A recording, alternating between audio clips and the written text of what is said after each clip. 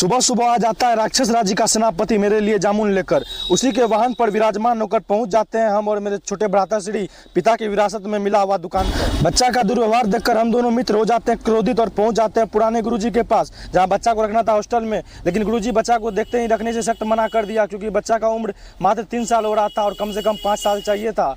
ये बात सुनते ही हम दोनों मित्र आ जाते हैं डिप्रेशन में और निकल जाते हैं घूमने। रास्ते में मिल जाती है मिडिल स्कूल की मैडम। विद्यालय में गैस था खत्म, तो पहुंच जाते हैं हम गैस लाने के लिए और थोड़ी देर बाद गैस पहुंचा देते हैं स्कूल और निकल जाते हैं घर की तरफ। घर पहुंचते ही काला जामुन से भरा हुआ थाली हमारे सामने परोस दिया जाता है और थोड़ी देर बाद पूरा जामुन कर देते हैं हम नंगा। तभी आता है हमको हमारे बिजनेस पार्टनर का फोन, लाना है दुकान में माल। दुकान में कितनों माल डालते हैं तो कुछ ना कुछ कमी रही जाता है। 4 घंटा का लंबा सफर करने के बाद पहुंच जाते हैं हम थोक विक्रेता के पास, जहाँ से लेते हैं हम सूती साड़ी और बोल लंबा कपड़ा। माल छाते छाते रात का बच जाता है 10, तभी करते हैं पेमेंट। आधा माल देते हैं 4 पहिया वाहन में, आधा माल ट्रांसपोर्ट में छोड़ के निकल जाते हैं हम लोग घर।